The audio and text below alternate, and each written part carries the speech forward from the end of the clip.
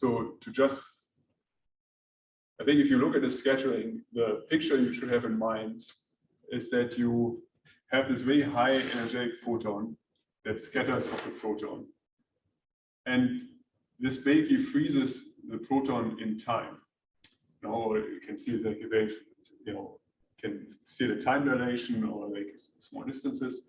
But ideally, you go to infinite momentum transfers, which basically freezes the proton in time. So you see these quarks as individual particles. So that is at variance to the history that the proton has beforehand. Also the proton, the quarks, they exchange quarks, and you have quark-gluons, quark scatter and gluon.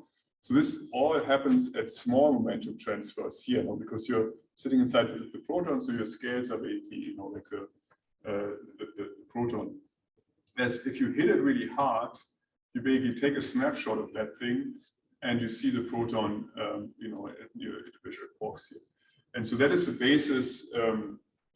See later on a little bit more formal for factorization, that you can separate the quark distribution here, hard schedule here, and then if you also measure the quarks coming out and forming hadrons, the fragmentation function. And the important thing is that you can collect all this stuff, all these additional gluons and so on, that you can actually collect them all on the side where you have the fragmentation function, the pattern distribution function, and then the hard scattering you only consider, the interaction here with the quark. So of course, okay, transfer momentum is difficult, but there's also something else, and it's kind of like a naive other interpretation for higher twist, what we call higher twist contributions to PDFs, which I talk a little more about it tomorrow because it's important for the transfer structure. But here I want to mention it just because it kind of fits in if you want to have kind of like an intuitive picture. So of course, we're never sitting at q square infinity, so we're always at some finite q square. So it means that you are not probing the quarks exactly at 0 time. They're not frozen in time, and they're not exactly on the light cone. So in some sense, you give them some time to interact, exchange gluons, among each other. And that interaction is suppressed with 1 over q. That's kind of what we saw already with the structure function. But it also means that you maybe get this additional interactions in there. And so that is then leading to effectively also, subsum under this higher twist measure, which means that you have this additional gluon interactions there. Okay, so I want to put this in because I think it's very helpful to have this kind of intuitive picture of what happens if you, if you scatter off the proton. If we want to have and understand how we can connect the cross-section we measure to actual analytic pattern distribution function, even more importantly, to like a field theoretical description, also kind of like what does it mean for the quark fields that I measure. Of course, I have to dive in much deeper and have like a real formal, development of this cross section. And so that's what we're kind of doing now, starting from a Feynman diagram of the scattering.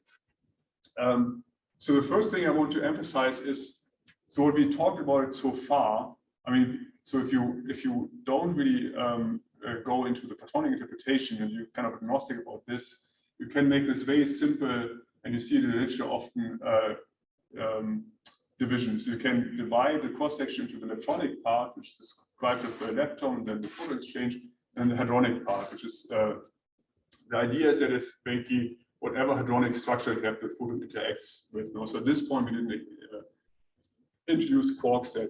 So if you just agnostically describe this, if you look into scattering theory, it turns out you can describe this with 2 tensors. So you have the leptonic tensor here, describing this QED part, and then the hadronic tensor here describes hadronic interaction. So it's here no quark model here. It's just like a basic parameterization in some sense. Now, we saw, of course, at the same time, we can describe the structure function already in the unpolarized case with these these structure functions. So from that, what directly follows is that if you multiply this leptonic and hadronic tensor, you directly get these. You directly get parameterization in structure functions. So it means in the unpolarized case, the hadronic tensor, you can, with Lorentz invariant arguments, you can convince yourself that in the unpolarized case, the structure functions, you can characterize the hadronic tensor in structure functions. And the way, I'm not sure if I have it later on, but the way it kind of works is that the symmetric part of the sky describes the unpolarized interaction, which is described by these structure functions. And the antisymmetric part, which we don't have here because we look at this moment at the unpolarized structure function, then includes more the polarized structure functions. But I wanted to show this kind of decomposition because we see it very often. Okay, so this is kind of using the structure functions, even though we know that they have a platonic interpretation, is in principle, of course, agnostic with respect to the internal structure. Also, you don't have the pattern model yet, so on. But of course, if we want to interpret it in terms of the pattern model or in terms of the quarks and gluons, which we know are the degrees of freedom of the parton, we can go a little bit further. So we go towards kind of like a Feynman diagram, so notation. We say, okay, we're not quite agnostic, but we say we scatter actually off a quark that's coming out of the proton here. So we take a quark out and it comes out of the proton here. And in the end, we of course want to come to the description that this is described, this probability of finding the quark is described by parton distribution functions. But we also want to see if we come to that interpretation just from kind of like a first principle picture, if we just write the cross section. So a very important tool in this deep elastic scattering game, and you see this very often, are these so-called handbag diagrams. So I'm sure you saw like a diagram like this very often already in the literature. So I just want to kind of give you an idea how that comes about. So in some sense, it's very easy. So you start with the assumption that you scatter off a quark to take out of the proton here, and then you know that the cross section. So the Feynman diagram gives you the matrix element, and the cross section is the squared part of this. So it's the squared cross section. So either by if you just write out the cross section and then what you basically have is the matrix element times the complex conjugate. So if you just write it down and you go through the math, you realize that it's the same as having the same complex conjugate basically gives you the same diagram, just like the mirror image of this, and you can put them together. But there's also an easier way. That's the optical theorem that tells you that this cross section is equal to the imaginary part of the forward scattering amplitude and a minus sign of the photons here. But either way you arrive on this, it's important to see that this cross section, which is given by the square of this Feynman diagram, is equivalent to this amplitude here. So this is like an amplitude now. And of course, the important part of this is not only that we know how to calculate this, but this allows us also to connect the cross section to QCD amplitude effects. So one thing, for example, is that you see that the quark comes out here. So it does not radiate this photon directly, but it goes along this handle here. And while it goes along this handle, which we see later on in the formulas, kind of corresponds to like a separation between the quark fields that you probe here and here, it actually goes through the QCD background field in the photon, so you can have some interactions here. Okay, in any case, so but going back to this handbag diagram, so these are then a very convenient way to introduce PDFs and classify them. Because if you say that your cross section is equivalent to this handbag diagrams, you can ask how many of those you have independent amplitudes you have if you introduce helicities. So what you can do is it turns out you have three. You have the one where you average over the helicity, so plus, plus, plus, plus, plus. Then you have the ones where you pick out a quark that has opposite helicity of the proton, and then you have the one that's called chiral odd. So you pick out the one that has helicity plus here, quark that has the same helicity as the proton, but it flips the helicity along the handle, comes back here. And here you see that this, for example, is actually in fact an interference effect between an amplitude. We take a plus quark out of here and a minus quark out of here. So it's kind of already giving you foreshadowing that by looking at certain observables, you can actually probe QCD at the amplitude level. So it turns out that I should say that this is like of course, not the average is plus. And so if we now take certain linear combination of these handbag diagrams, we can see kind of assign a probabilistic interpretation, which we then identify with the PDFs. So we sum up the diagram, we take the same cyclicity out of a proton with the one with the opposite one, we just sum up. That of course gives me the probability of finding a quark with any helicity. If I take the difference between the two, that gives me the probability of the difference between, of course, the probability of finding a quark with the same helicity minus opposite sign. So in other words, it tells me the net polarization of the quarks, so plus minus, which is then the helicity distribution function. And the interpretation of the last one, this Carroll-Ott diagram, becomes only clear if we go to the so-called transversity base. We write, we go from this helicity base to the transversity base, and that base, it turns out that it's the difference of taking a quark with an up polarization out of the up polarized proton and minus the probability of finding one with the opposite one. So you see, if you compare the helicity to this transverse distribution, in the non-relativistic case, it's the same. Also, like it's basically just a rotation. You look either at the helicity or the transverse polarization. So this is, in some sense, an effect of the relativistic effects in the proton, because you have these boosting in the bright frame, and the rotations don't commute. So these are completely independent distributions. In that case. Okay. So if you want to be more formal, so this is like the pictorial presentation, and I want to introduce this because this handbag-like notation is very common. It's the same as common as Feynman diagrams in particle physics. But if you want to actually derive the probability, the meaning of that, we also have to go to more formulaic derivation, and so I maybe follow what's what you find also in the literature, the traditional way. So if you go back to my previous picture, where we just looked at scattering of the proton, and we are agnostic of the internal structure. So what we basically say is that the lepton here couples to the hadronic current of the proton. So the proton does something here, breaks up, leads to a current. That's what we couple to. So if we write this in terms of Quark fields, so in terms of quantum field theory, it's only kind of gets you basically have a Quark field current going from K in the initial state to kappa in the final state, and then the gamma matches is here. So if you now go to the cross section, we have to square this thing. Basically do the square of this.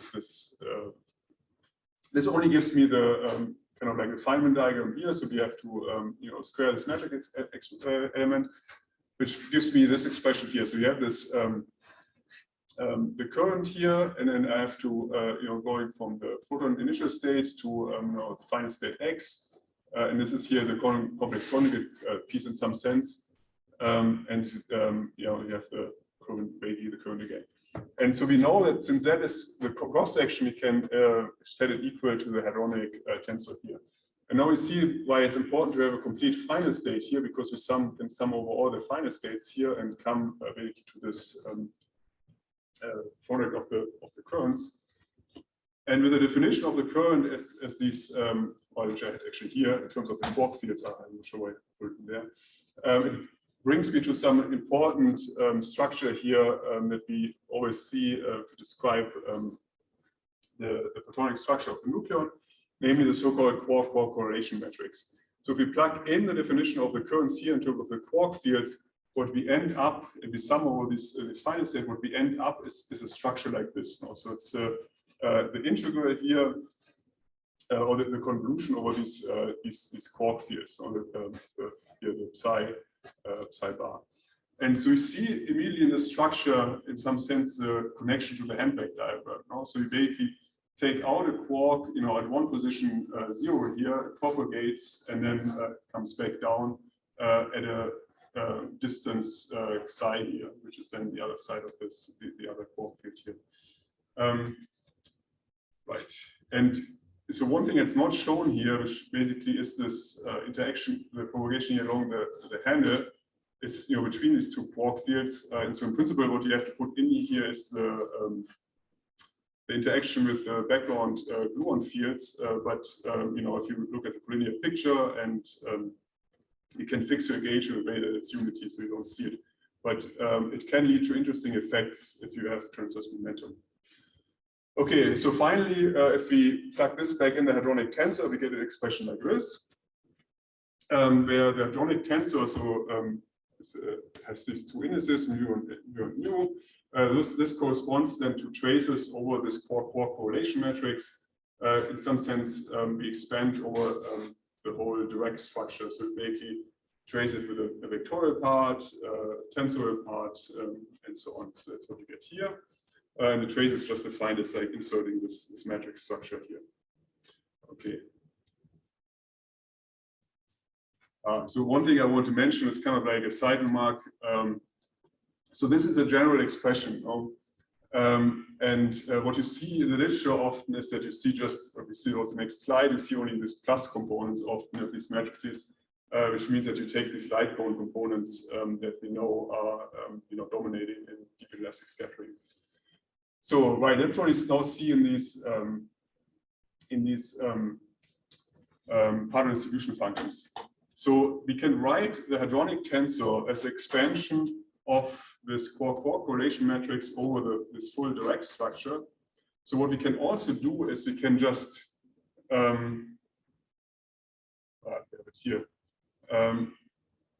we can ask if you do the expansion, we can ask what the coefficients of the expansion are, and that gives us directly the PDFs. So it turns out that if you do the trace over the vector part here, which is the gamma matrix, and I said this plus here indicates that you take the plus light cone momentum. This here just tells you that you take quarks at a specific x, and then that's basically the shorthand notation that gives you the unpolarized PDF. Then the helicity PDF is taking you have the initial gamma 5 here, so projecting out the helicity. So it gives you the helicity distribution, whereas transversity projects out this tensorial part in this case. And so these formulas then give you then this interpretation in terms of probabilistic interpretation, or because if you look at these operators that come in here, so if you write out so this trace over gamma plus, of course, means that you have psi bar gamma plus psi, and that then gives you this counting operator. So that gives you then the probabilistic interpretation in terms of Quark densities of these PDFs. So we have the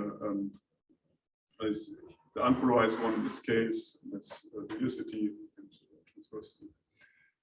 So the nice thing about this is it also tells you right away how you can measure these things, no? Because you can now do the same expansion of your cross section in terms of the observables you have, no? So you can see what kind of structures you can build with the observables. So for example, the momentum would be like a vector structure, so you know that that is what you can. The slash is just this final notation with gamma mu here. So that coefficient here gives you the unpolarized PDF. Then in order to measure G, you need the helicity, and then for H1 you need the transverse polarization.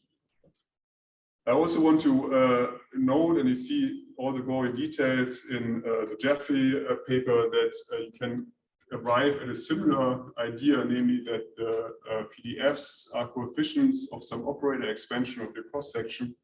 That is like a classic. You can also do it like very classically with this operator product expansion. You see the gory details in the Jeffrey thing.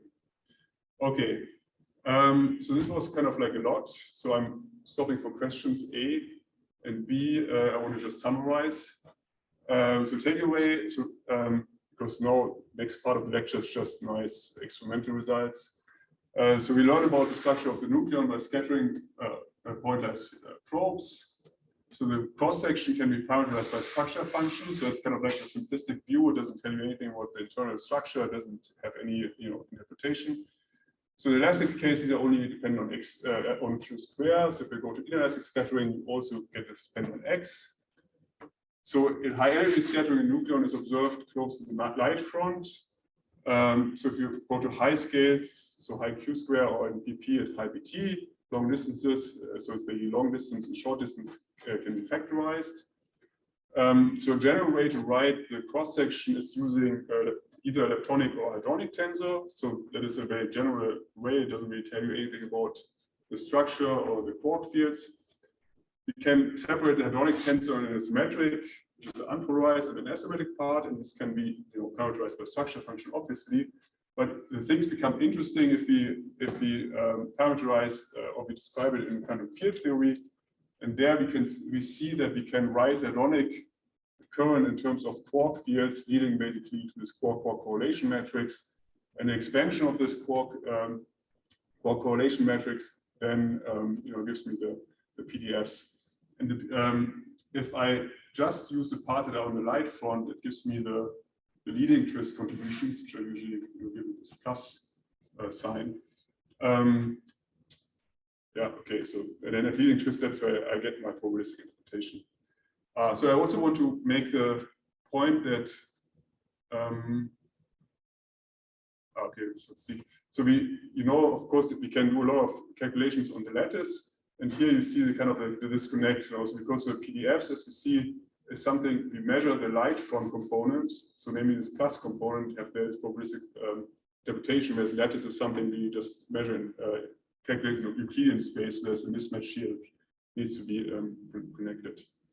Okay, so consequently, the structure function can be introduced as PDFs as well. We do this leading twist at leading twist, but we do this this expansion. And then, so the important thing is also that this Dirac structure that the PDF is connected to also tells us directly how the cross section is connected to observables. So I have mentioned twists quite a bit, and I didn't quite explain what it is.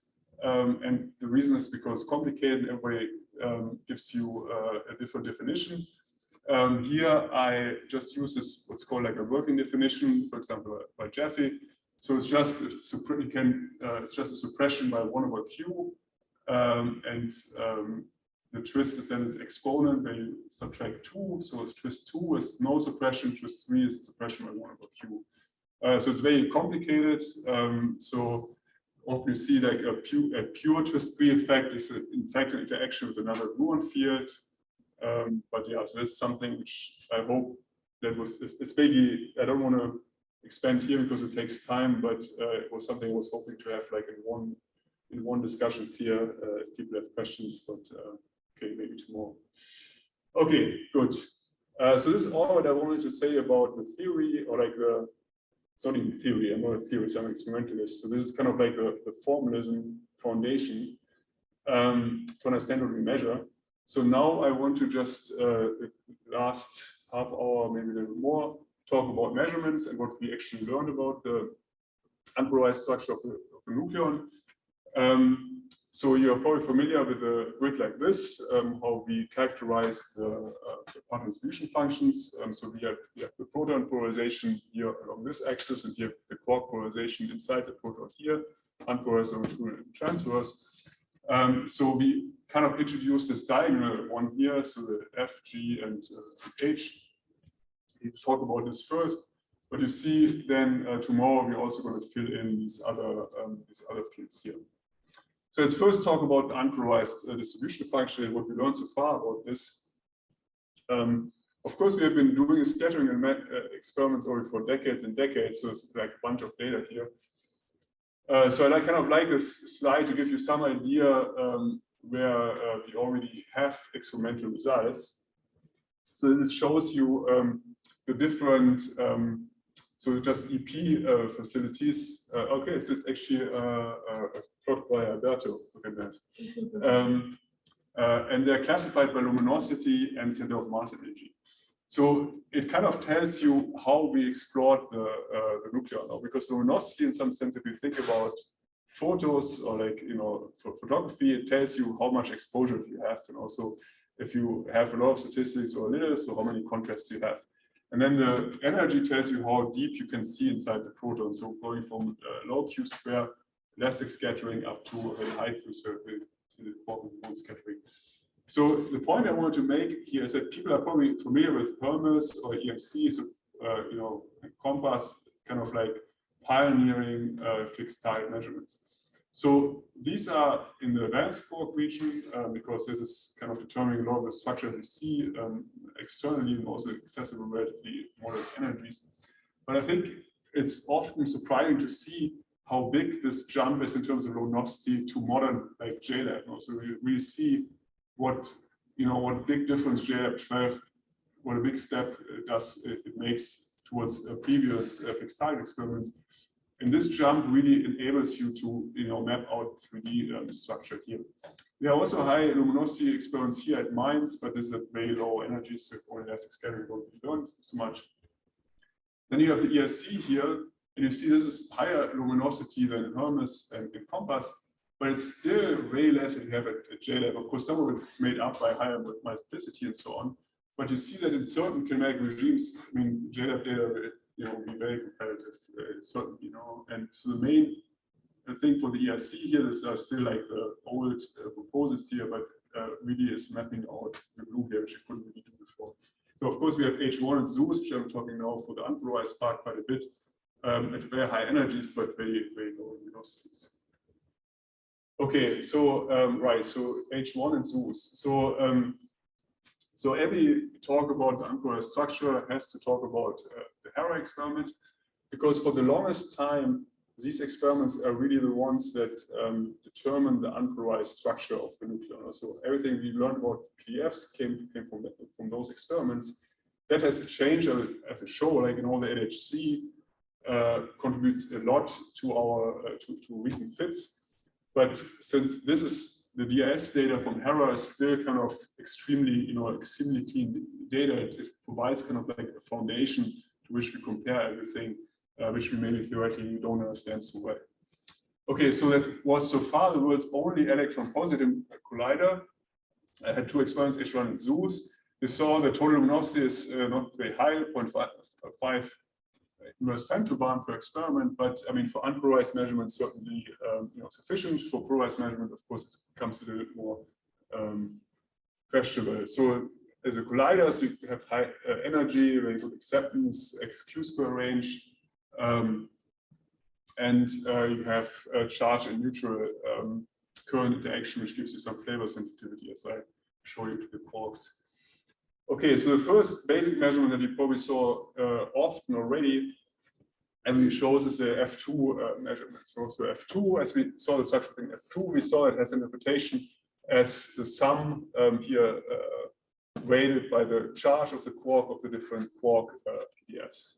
So things that we'll discuss, but you see already here, is that if you're sitting at relatively high X, you have scaling behavior. So you scatter off point like quarks, as you have maybe no Q square dependence. But if you go to low X, you see that you have these kind of QCD corrections. So you have scaling violations. So it's not really, the Q square dependence is not really flat anymore. I also want to point out that even though you can, as we see, we can access the gluon distribution at this low X with the scaling behavior. This kind of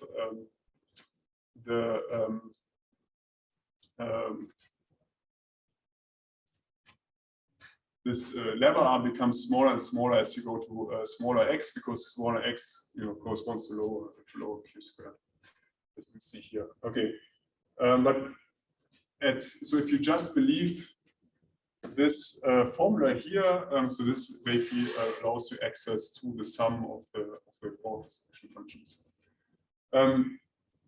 So I want to talk a little bit about the kinematics of Hera, because from an experimental point of view, not all areas of the phase space are created equally, because depending where your electron goes and how much energy it loses, some are easier to detect than others. Actually, I want to, okay. This is where maybe I just show this. Yes, you only show both in comparison, but for time reasons and because these are nicer, maybe that's easier to see. In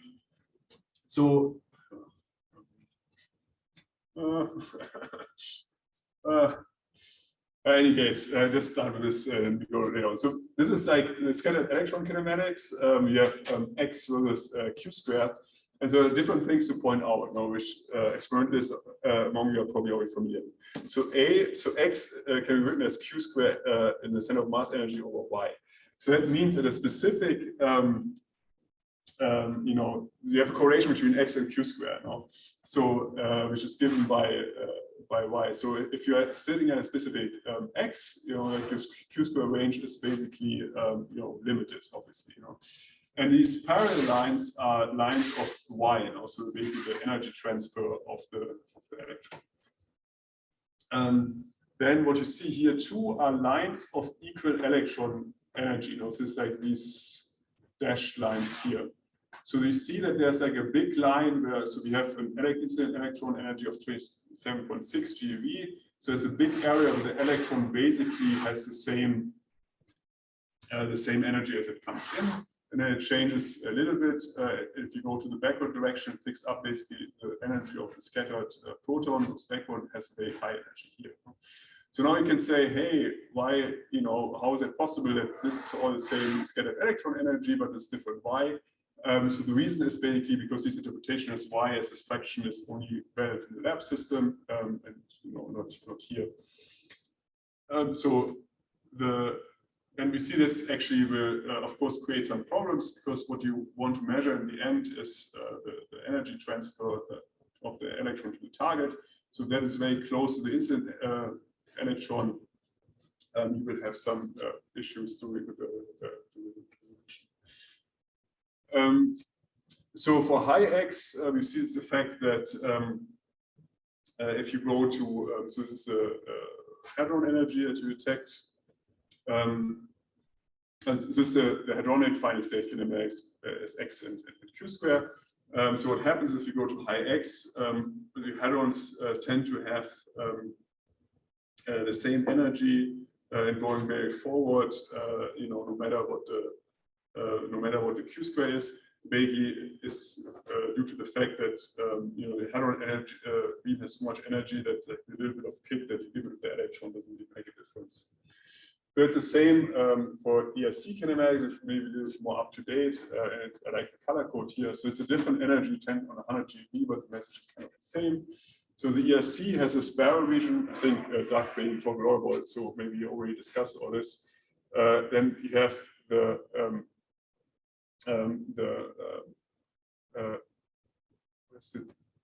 right. So the electron beam comes from this side, and the proton beam from this side. So the notation is a little bit different. So the Hera plot, forward electron was basically described in terms of from view of the electron. But here for Erc forward, we always call the hadron going direction. Also, the proton goes in the forward direction, and the electron goes in the backward direction.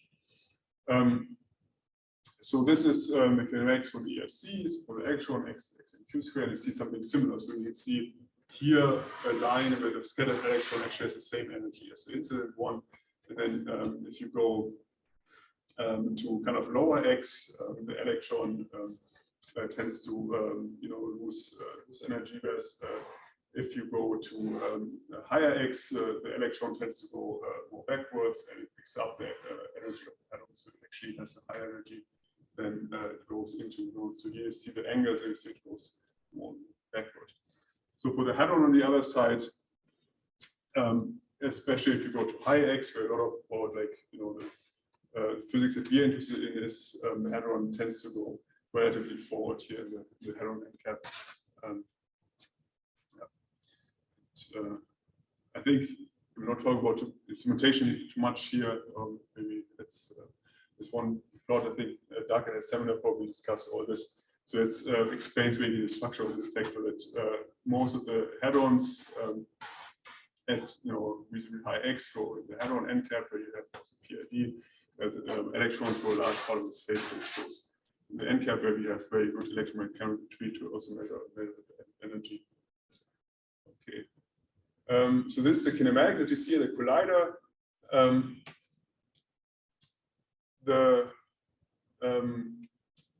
Connected to, so I already kind of mentioned some issues that this brings. So there's a thing there. You have to, in particular in the region where so the main job that you have to do, and it includes elastic scattering, is you have to pin down the electron kinematics, because that tells you, what the properties of the quarks are that you access. So if you don't have that, you don't really have anything. So it's extremely important to get the energy resolution of the electrons correct, which is difficult if the energy loss is very little. And of course, the angle of the scattered electrons, but of course that is somewhat easy. So I mentioned that because it kind of motivates other reconstruction methods of your kinematic variables from the hadronic final state. And this here is another reason why you want to have that, namely QED radiation, which is another complication that you have if you do DRS and collider. The same is also in fixed target. So if you have high energy transfer, the probability of initial state and final state radiation of your photon lines is actually of your electron lines is relatively high. So if you have internal effects, or QED radiation effects, or you just have externally interact with the detector. The problem is, of course, if you lose energy either in the incident lepton or the outgoing lepton here, you reconstruct your scattering kinematics incorrectly, but later on, when we look at azimuthal asymmetries, we actually reconstruct the wrong angles and get the wrong structure functions out. So both of these complications, also basically the need for very good, the phase space where it's difficult to have a good energy resolution, and this radiative corrections actually motivates another reconstruction method other than just reconstructing the electrons, namely from the hadronic final state, or using a mixture of the electron and hadron reconstructions. That's something I wanted to introduce here. So the point is that we always talk about the scattered electron here, that we use this to reconstruct X and Q squared.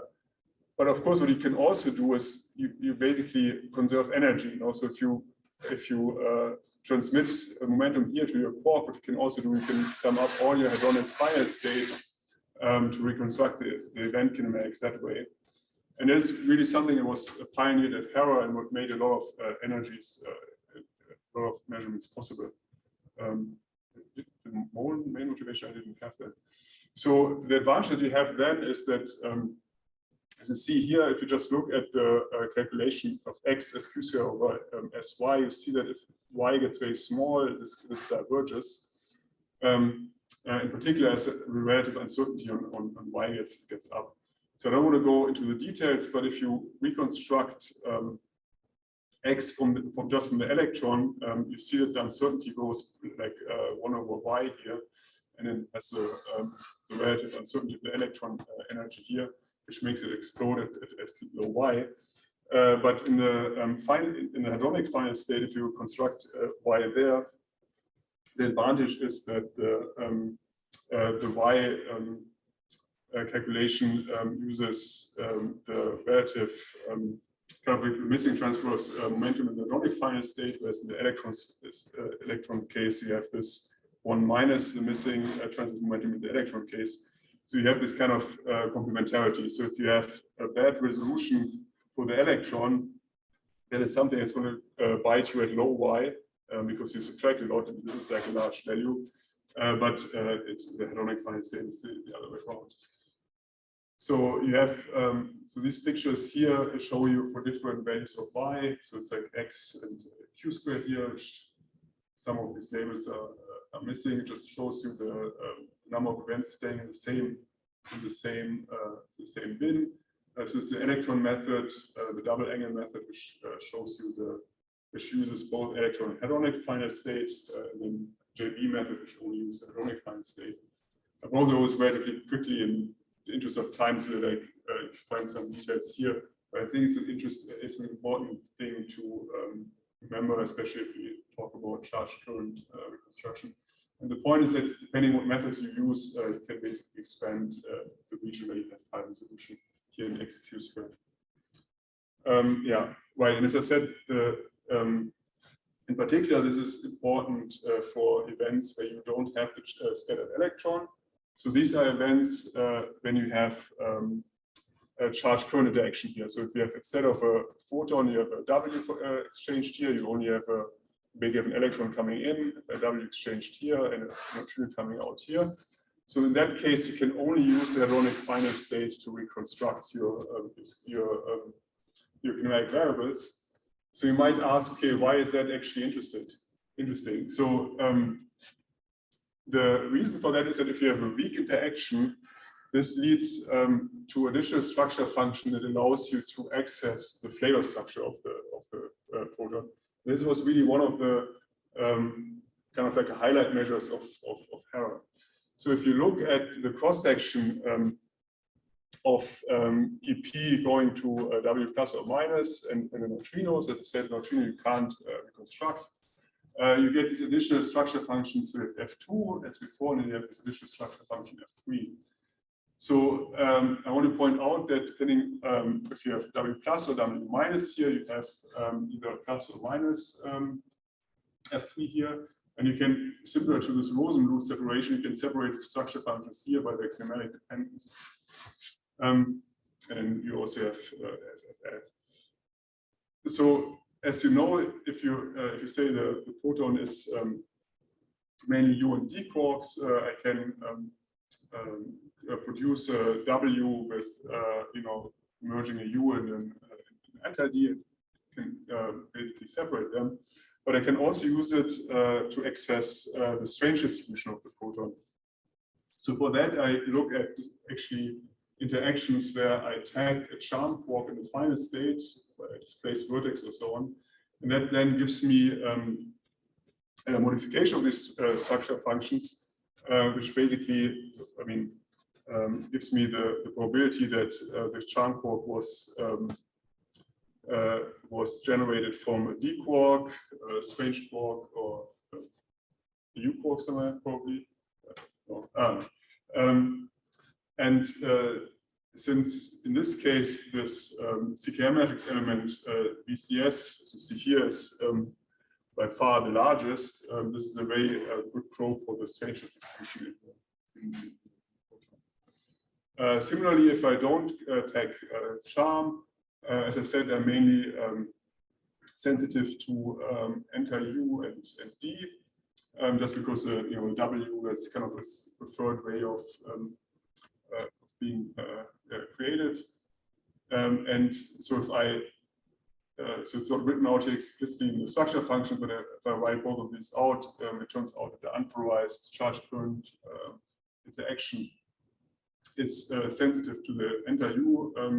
So it's for E plus, it's for E minus, it's anti-U, and D, and this is the worst case. So if I produce, I scatter with an E minus, I get U and anti-D. And so if I measure both of those and have this kinematic lever arm here, I can actually separate the anti-U and the U, so I can basically measure the valence quark distributions. Okay. So we kind of went through, so we look at the Hera data, so it's quite obvious how we get the sum of the quark distributions. Then we saw the charge current interactions using hadronic final state reconstruction. We can also measure the valence quark distributions separately.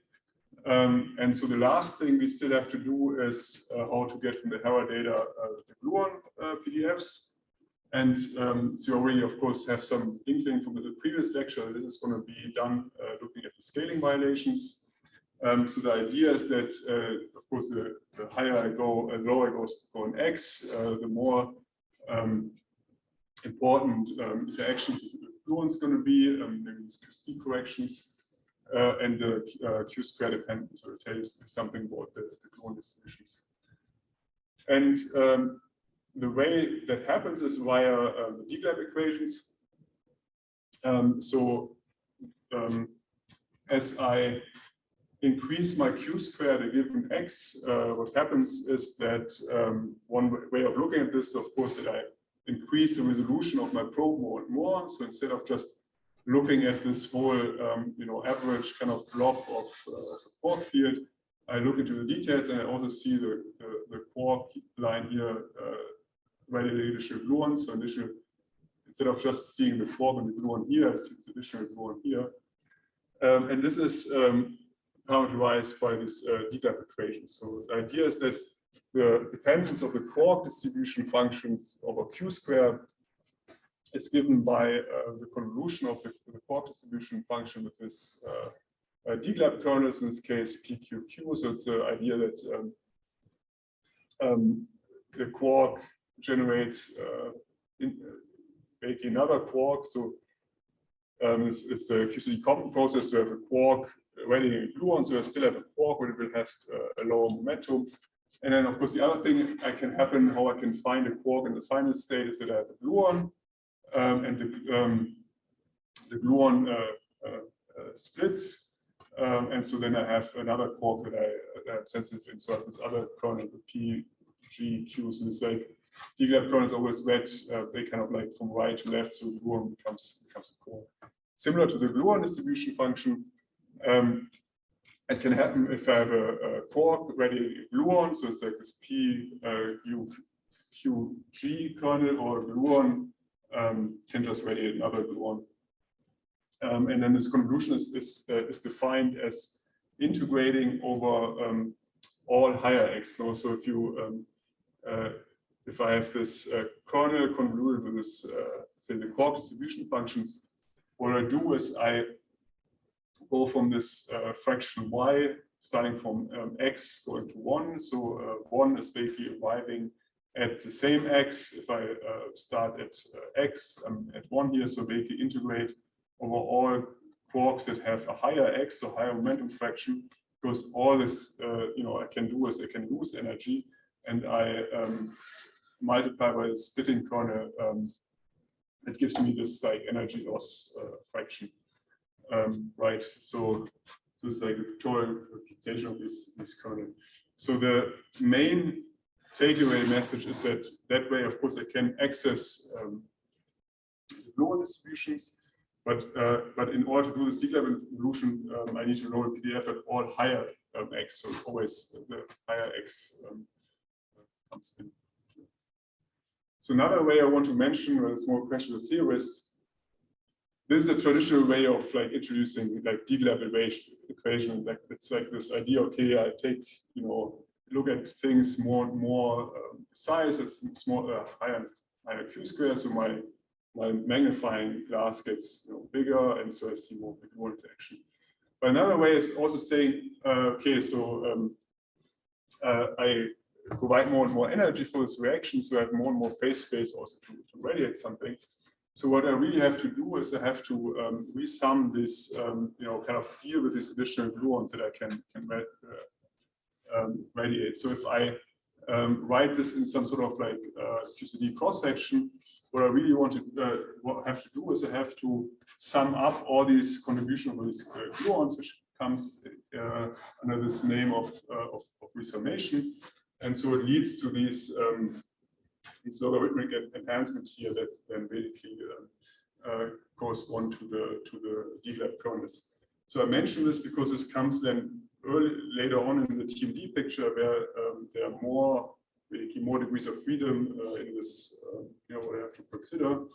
And also because you will hear this term resummation both for evolution, but also factorization, because factorization in some sense is the same thing, because you have to account for all the gluons that could possibly be exchanged between the PDFs and the hard parts. You have to put them all in the same in the right place, and so you kind of have to sum them up. So also resummation is basically what keeps these things together. We still have some time to go to Hera fits. Yeah, you have still 10 minutes. 10 minutes only, or okay. I mean, you use 10 minutes, 5 minutes less, okay. So you can go on for 15. Okay, good. So, because I want to show you some PDF fits, so to give you an idea what we know so far with the nuclear already.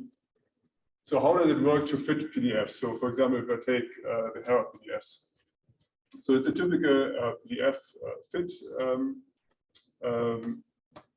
Kind of like ansatz. So we choose a functional form for our PDFs at the input scale that we want to extract our PDFs from. So we have like here, for example, 1 GB. So a typical functional form you usually see is something like X alpha, 1 minus X beta. So this comes from A. You can say it comes from counting rules, or you just say, okay, I want to allow my PDF to go to 0 at X 0 and also at large X. But I think the last or the most famous PDF set that does this is probably TSSV, which hasn't published anything new for a long time. So I think modern PDFs like NPDF and JAM use some sort of neural network approach to make like have a functional form as free as possible. Then of course you express all the observable in terms of the parameterized PDFs, evolve all the data at the same scale, and you fit using the applicable constraints. So the more data you have, the more different Quark distributions you can put in. Maybe free parameters you have, you can fit this. So it's kind of like shown here. Usually the difficult part is to assess your uncertainty quite quickly.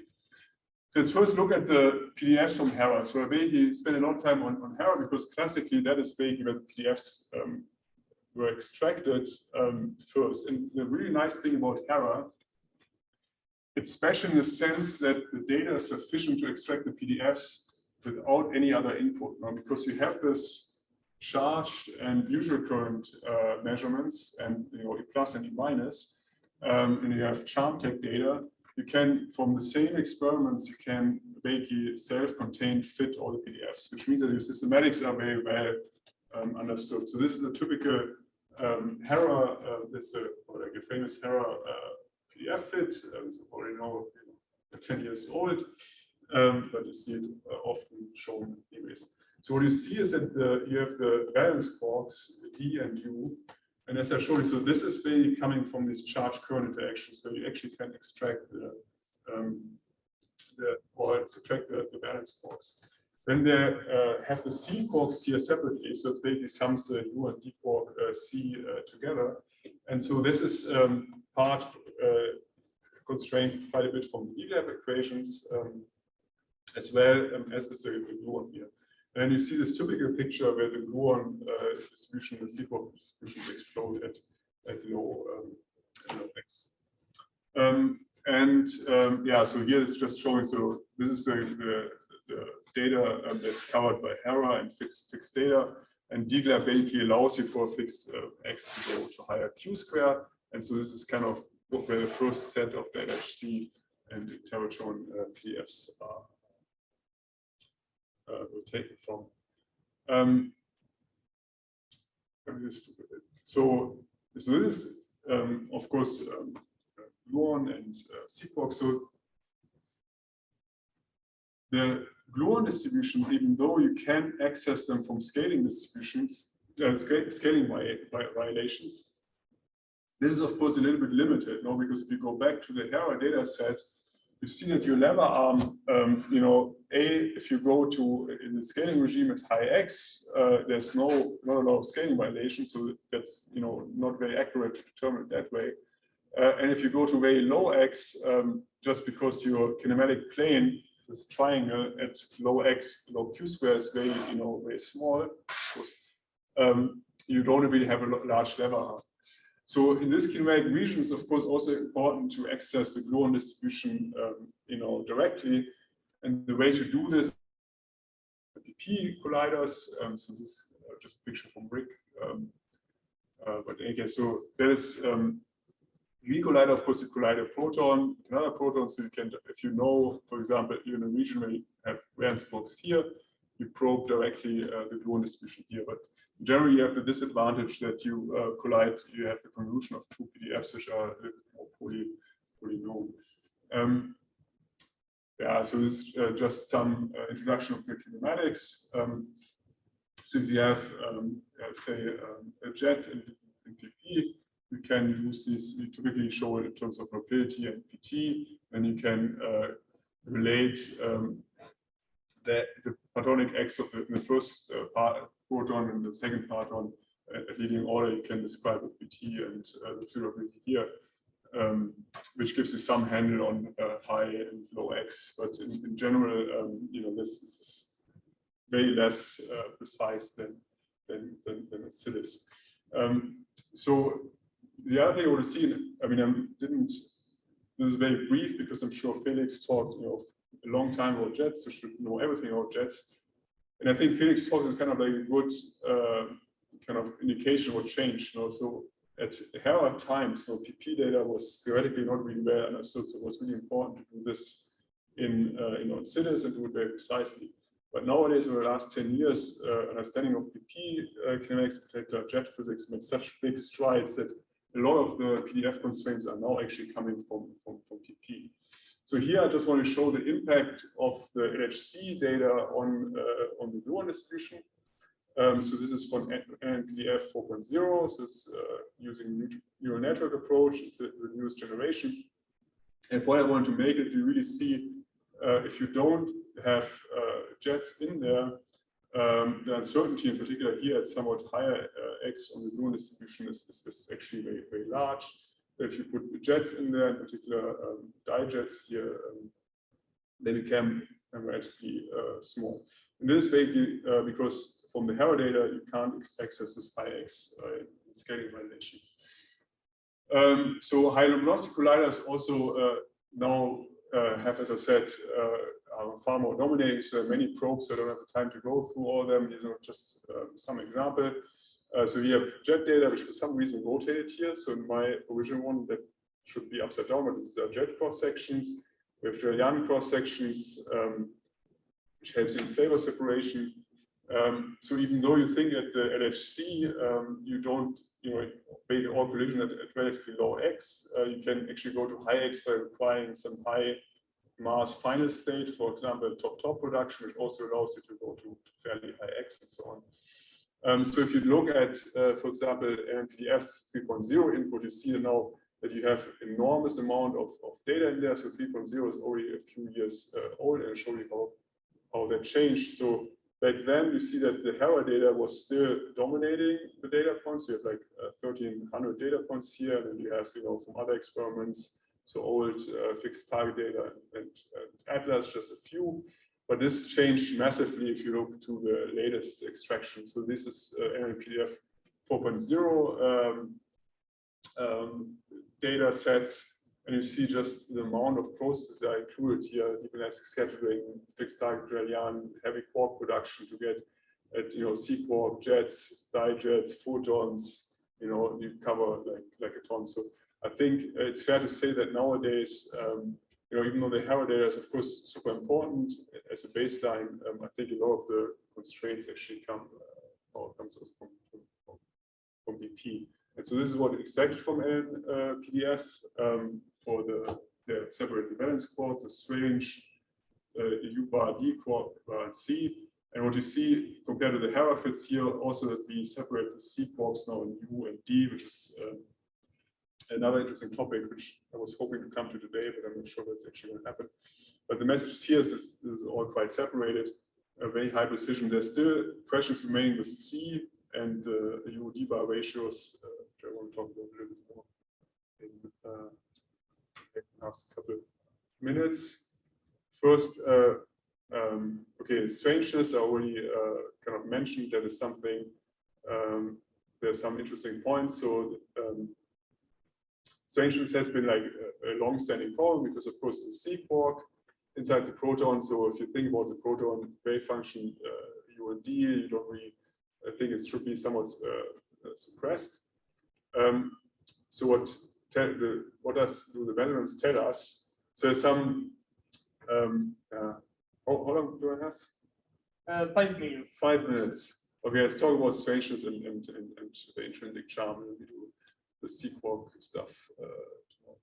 Okay, so strangeness. So we look at these PDFs, as I said. So the U and D valence quark, we understand quite a bit. I think there are remaining questions, in particular the high X region, but overall it's well understood. So there have been long-standing people that follow the field. They know that there are long-standing questions in strangeness, U and D bar ratio, and charm. So in strangeness, the main issue so far has been discrepancy between CITES experiments and DIS experiments in terms of the measurement of the strangeness distribution, but there's not really a surprise that there's strangeness. For U and D bar and C, of course, since these are kind of C quarks here, so first look at U and D bar, the first question is if this distribution we measure is consistent with just perturbative C. So maybe they all come from gluon splitting, or there's actually intrinsic differences like a non-perturbative difference, and that's something we're going to talk about tomorrow. The same is charm. So it's like this a long-standing question if there's intrinsic charm in the proton wave function, and there's actually indication there is, which I'm going to show in a second. So first was the strange quark. So how do we access the strange quark? So I already discussed this W and Z production. So if I look at charge current, so W, if I also take a charm quark, I'm sensitive to the strange production here. So the other traditional way of doing this was neutrino DIS. So it was for the longest time kind of the dominant data using a neutrino beam and detecting dimuon in the final state. One from the conversion here and one from the here. And that also accesses the strange quark. So the other way, which is kind of for people who are in JLab probably more obvious, is to use kaon production. So this has a disadvantage that it needs the fermentation function, so it has to tell you how likely it is that the kaon actually comes from a strange quark and not something else. But this is the so-called CITES way. And as I said, for the longest time, the DIS data and the CITES data have been kind of in tension. And so this is actually still the same the case here. So this is GEM 20, which included the strangeness from CITES. So it's kind of like the latest and greatest extraction. And first, I mean, what we can look at here are the extractions. And the strangeness over the rest of the C quark is in this ratio RS, and you see it's actually relatively well constrained now here by GEM. But the interesting thing what comes in is if you now look at the data of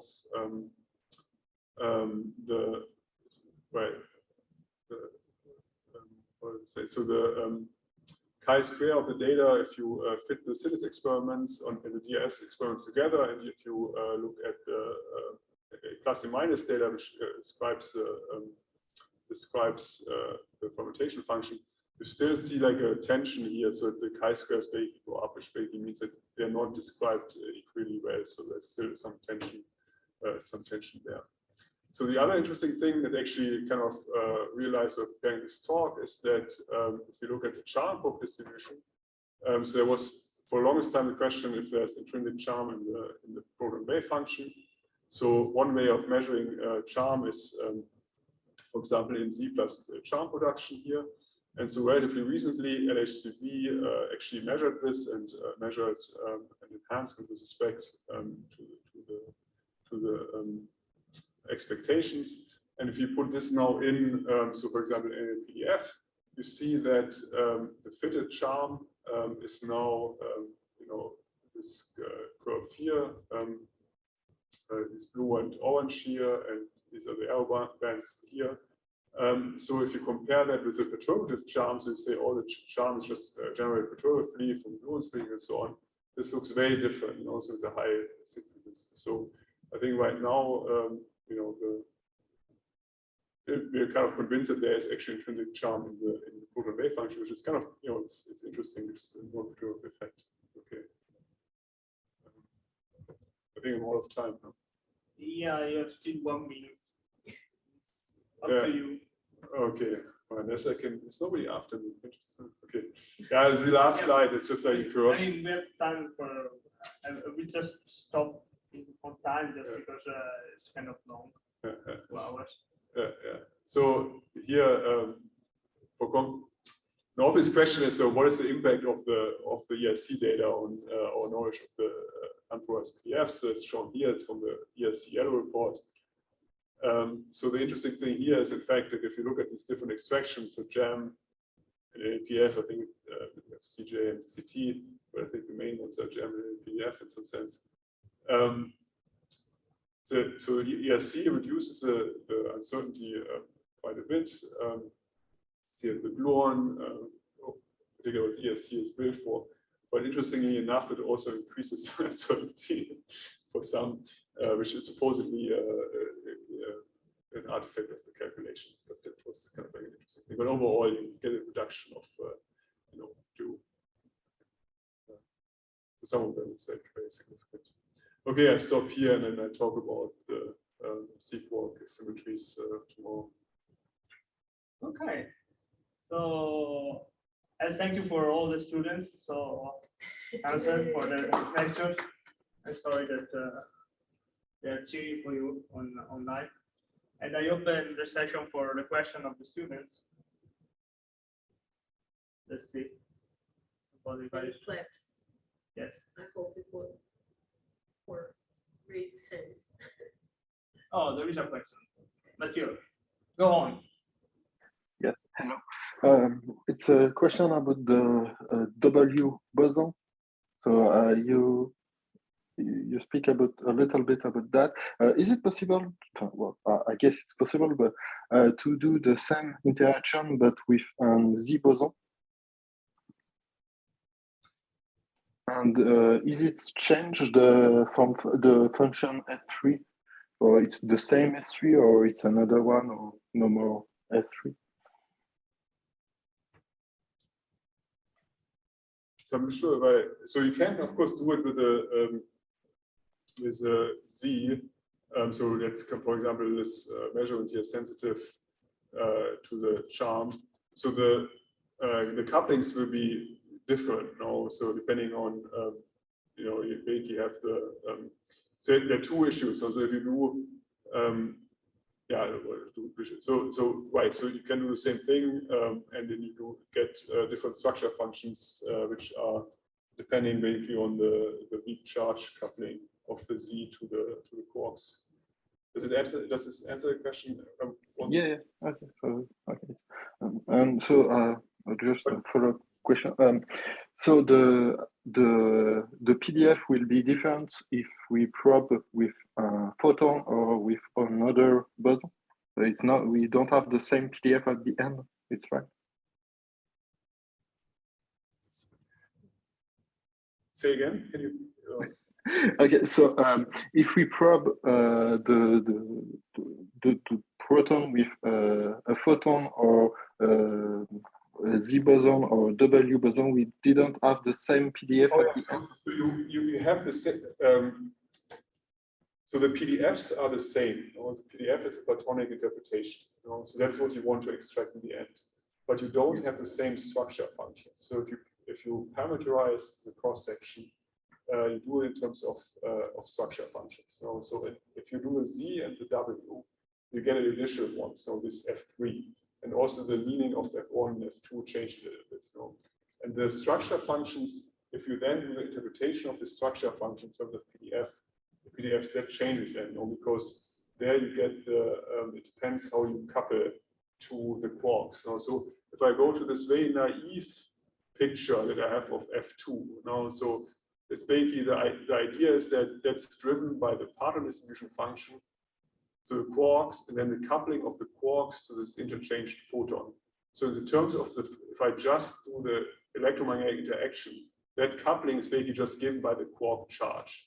So if you do this with W and Z, that coupling, of course, becomes much more complicated.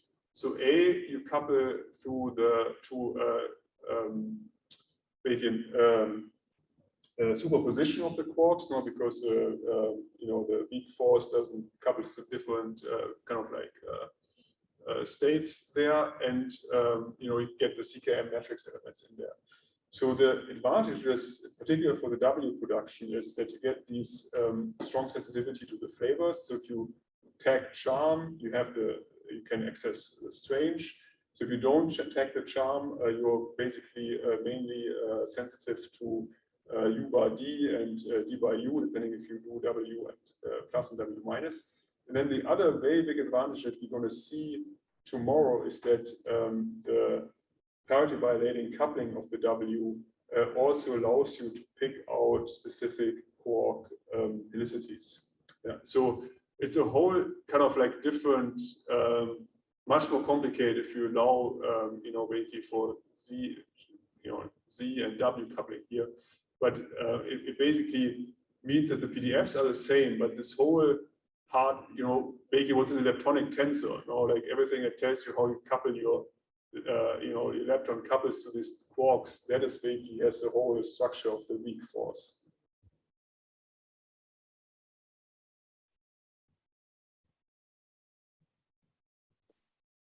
Thank you. Yeah. Okay, thanks. Yeah.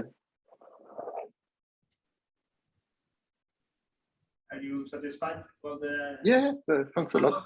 Okay, because you are not responding anymore. Anyone there? Okay. So, other questions?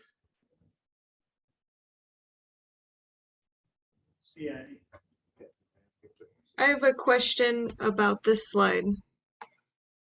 Okay, go ahead. So Yes. on this slide, you say here is special because the data is sufficient without any other input. What other inputs is usually used? So the point was a little bit that if I go to, it depends what you want to extract. Also, I mean, Hera has for all the, so you can do, for example, if you're sitting at fixed target, obviously you don't have, charge current interaction, so you can't really, separate valence and C quarks. That's one thing. Or if you sit at, at a PP collider, now I think the theory progress a little better, so you can